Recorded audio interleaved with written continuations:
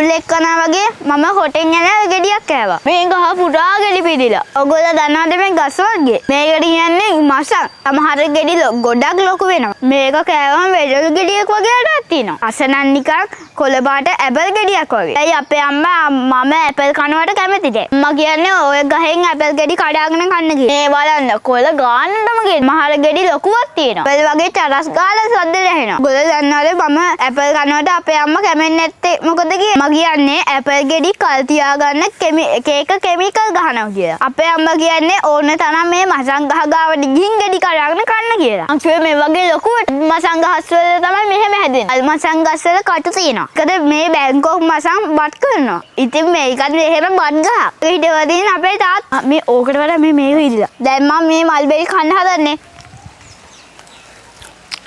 එහෙනම් ආයි වීඩියෝ එකකින් හමු